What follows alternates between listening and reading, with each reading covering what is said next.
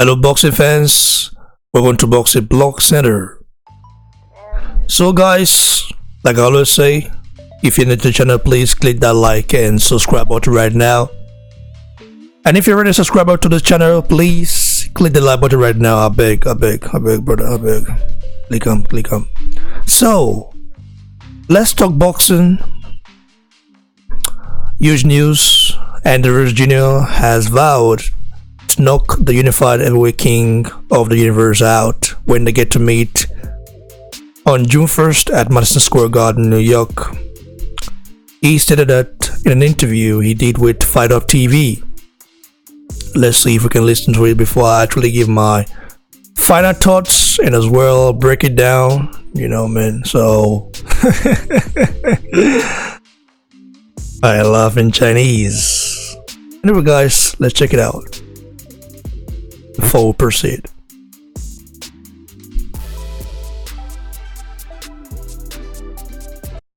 Hey everybody, Marcos Villegas here with the new opponent of Anthony Joshua, Andy Ruiz Jr. You are challenging now for the heavyweight titles of the world, June 1st, Madison Square Garden, man.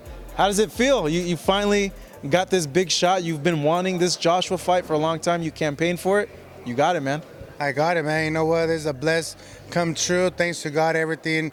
It happened for a reason, from what happened to Miller. I'm here now. I'm here to shock the world. I'm ready for June 1st, and I'm ready to take those belts, and I'm ready to make history. Going back to that Miller situation, what'd you make of everything that happened and the fallout from all of that? You know what? I don't want to say nothing bad about Miller. He's a good guy. He has a good heart, good friend. I know I would want to fight him sometime this year, next year too. But you know what? Things happen. This is boxing. He's not the first boxer or heavyweight that came out dirty before. Well, at least you don't have to worry about me that I'm taking any steroids or nothing. But I'm blessed, and I'm kind of happy of that kind of happened. If not, I wouldn't have this opportunity. You're taking Snickers, frijoles, arroz, all sorts of good stuff, everything, right? Man, the frijoles, arroz is the power, especially of the Snickers right here. You have it in your pocket right there. Yeah. Is there any headway with linking up with them? Yeah, we're working on it. We're trying to figure out what we could do as sponsorship for this fight. So, I'm really happy, really blessed. And like I said, a lot of people are saying that of the training camp. I just got done fighting April 20th. I took a 1 week off, and I'm back in the gym. So that just shows and says that I'm ready. People have brought it up like, oh man, he only has like a month to prepare for Joshua. It's not the most ideal situation. Mm-hmm. What do you make of that? Is it an ideal situation, the month, or it doesn't really matter? No, it doesn't really matter. Like I said, we just came out of a 11-week training camp for Alexander Dimitrenko. I took 1 week off with the family. It doesn't mean that I wasn't doing nothing. I was running, staying busy, and now that we have four weeks, I think it gives me a little upper advantage, especially that I just fought. When you look at Anthony Joshua and the last fights that he's had and the fights that he's gotten clipped with, I'm drawing a blank, White and the other fights, do you feel that he's a bigger challenge than maybe if you face off against Wilder, or when you look at him, you feel that it's somebody that you can crack and kind of take advantage of what people have labeled him as, a chinny at times?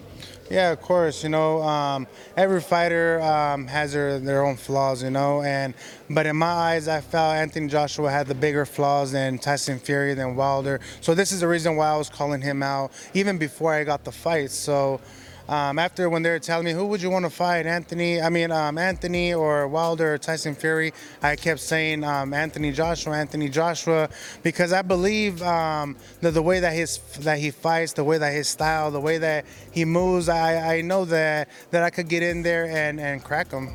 Do you think that he does have chin problems? Do you think his ability to take punches isn't that great? Of course, he takes good punches. He got hit by good fighters, Klitschko, and he got dropped and he got up. So the guy has heart. Of course, he has heart, but I think it's going to be a really difficult fight with me because I'm just going to keep going to him, even if he hits me. I've never been dropped ever in my life. Knock on wood. I don't get dropped or nothing, but like I said, it's going to be an exciting fight June 1st, and I can't wait. Is that a problem, his height, his reach, seeing, you're a shorter heavyweight, he's a lot taller, he's going to have a longer reach? Is that a problem at all? That's not a problem, All my life I've been fighting with big guys because I'm a smaller heavyweight, so all of them are all big, but I feel I have the bigger advantage since I'm small. It's kind of hard for him he has to punch low, But as long as I stay low, move my head movement, and be first and throw my combinations, I think it's gonna be hard for him. I think he's gonna be shocked when we're in the ring. A lot has been said about your physique with the fights, with the casual fans that take a look at pictures of you. Tyson Fury came out and said a few things. I know you had commented about that, but overall, what do you make of the reception of all that? You know what? It just gives me more motivation. All the guys talking crap, I don't know if they're mad because I'm here. I got the opportunity, but you know what? I don't have nothing bad to say about anybody. I do my shit talking inside of the ring with my fist, and like I said, I'm just excited. I'm ready. We're mentally prepared for the game. That we're gonna bring in on June 1st. Your physique's so deceiving though, because if I were to look at you on the streets, I'd be like, okay, he's a big guy, but he has a baby face. Like, he doesn't look that dangerous. And then you take off your shirt and you're like, oh, okay, he doesn't look that bad. But I've seen you personally in the gym, and I'm like, Jesus, like, how does Andy hit the bag so quick and so hard? And you have a gas tank. Talk to me about that. You know what? I think is God's given gift that He gave me.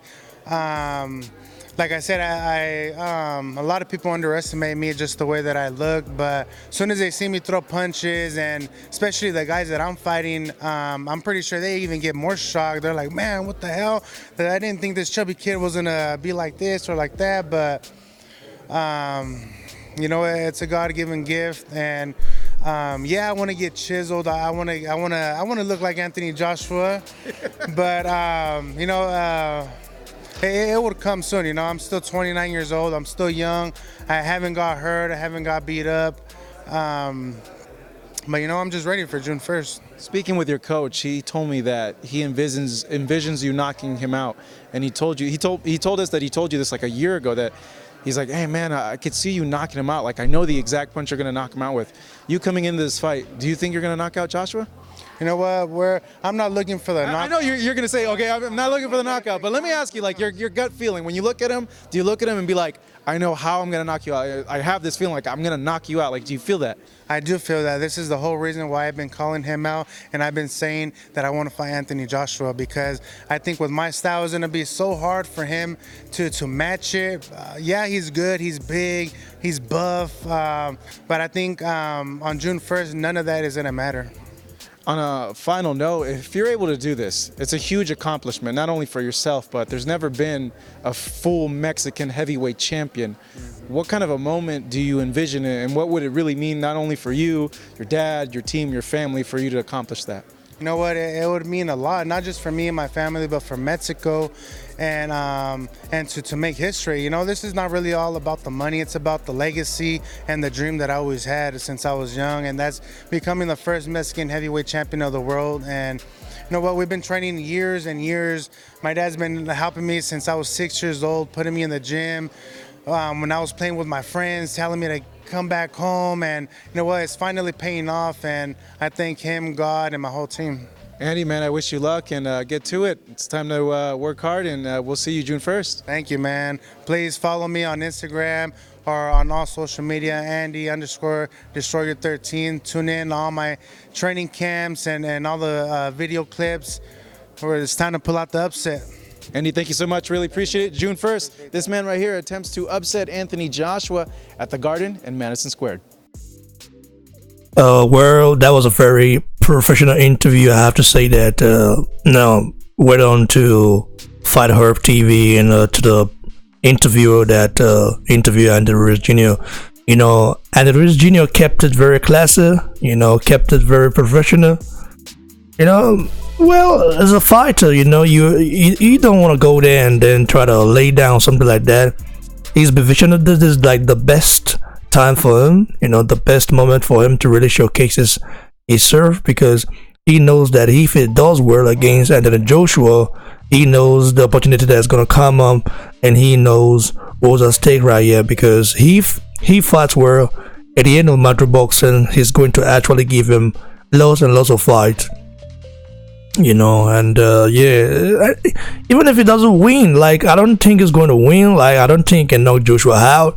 He even stated, like, listen, he's not looking for the knockout, but the interviewer tried to force it on him and stuff like that. He had to say, well, I believe in myself. I believe I can knock Joshua out, and that's why I wanted to fight. And there's nothing actually negative to say about Ruiz Jr. I think he's determined. I think he's gamed. I think he wants to smoke with the unified heavyweight king of the universe. But I think that he cannot actually withstand the power of the unified heavyweight king. I think like that. Okay, he hasn't been dropped. We know he's got a very good chin, like he calls it, dynamite chin. But there's a problem: be hit by Joseph Parker and be hit by the unified heavyweight king of the universe, which is Anthony Joshua. I have to say that good luck to Ruiz Jr. Saying that him saying that Joshua has more flaws than Deontay Wilder is just, in my opinion, inaccurate.